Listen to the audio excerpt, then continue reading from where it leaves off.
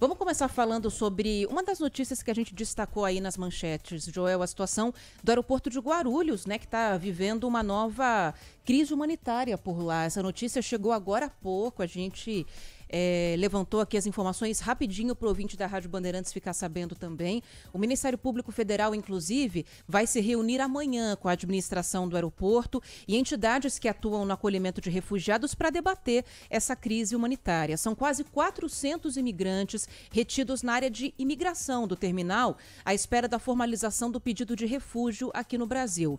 O que o Ministério Público Federal está dizendo é que esse grupo é majoritariamente formado por indianos, além de cidadãos de países africanos. E o acúmulo se deve principalmente, Joel, a uma falha no sistema digital de registro de pedidos de refúgio no Brasil. A plataforma caiu. Então, eles chegavam ali e não tinham o que fazer. Então, foram ficando, estão há dias ali no terminal, no aeroporto de Guarulhos. Eu conversei agora há pouco com o Guilherme Rocha Gopfert. Ele é promotor do Ministério Público Federal. Diz pra gente que o sistema já foi normalizado, mas como tem muita gente, eles vão pedir ao governo federal o envio de equipes, né, gente mesmo, braço, para agilizar a liberação dessa documentação. Já foi restabelecido, mas agora eles estão com gargalo, né? Então a gente precisa agora cobrar das autoridades, principalmente em Brasília, que enviem funcionários permanentes aqui em Guarulhos, né? Nós não temos, por exemplo, nenhum agente do CONARE atuando no aeroporto de Guarulhos. Então, essa falta de pessoal para poder, pelo menos, revisar os pedidos, ajudar a Polícia Federal nesse trabalho, que a Polícia Federal já faz toda a migração do aeroporto e mais esse número de refugiados realmente, né, prejudica os trabalhos. E é uma situação que a gente vê, muitos ali entram no Brasil para poder imigrar, principalmente para os Estados Unidos da América, né, utiliza aqui o Brasil como porta de entrada. Muitos deles iam para o Chile, chegam no Chile e são mandados embora, e quando eles fazem uma conexão com o Brasil para poder voltar para o país de origem, eles saem do avião e ficam aqui no aeroporto, buscando serem recebidos como refugiados. Esse CONARE que o promotor fala é o Comitê Nacional para os Refugiados, né?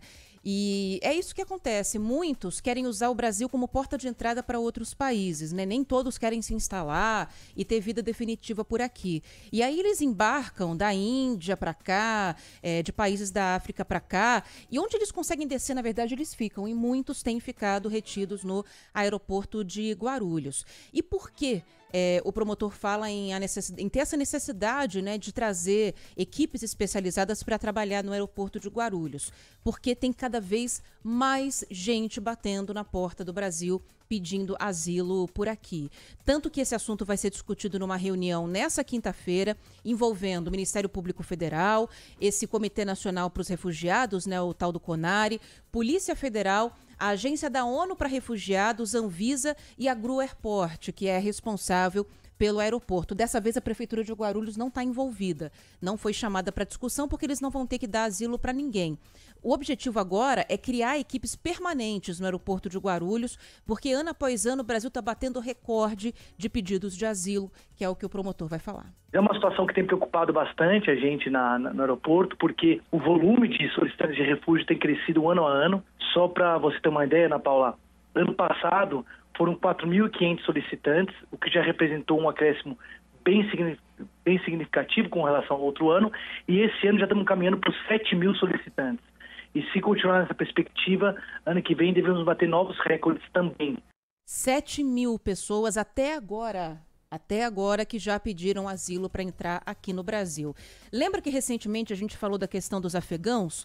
O Brasil concedeu o visto humanitário a esses afegãos, mas não tinha ainda uma estrutura pronta para acolher essas pessoas aqui no Brasil. E foi a primeira crise humanitária que o aeroporto teve, né? Esses afegãos chegavam em Guarulhos, a prefeitura e a administração do aeroporto não sabiam em que horário, e aí eles iam chegando, se aglomerando, começaram a montar barracas, né, e ficar ali no aeroporto. O promotor estava me dizendo, Joel, que afegão, nós passamos de 9.000 que foram abrigados aqui pelo Brasil nesses últimos anos. E essa situação foi resolvida desde que no ano passado começou a valer um acordo para agilizar o encaminhamento, a transferência dessas pessoas refugiadas para abrigos espalhados por todo o país.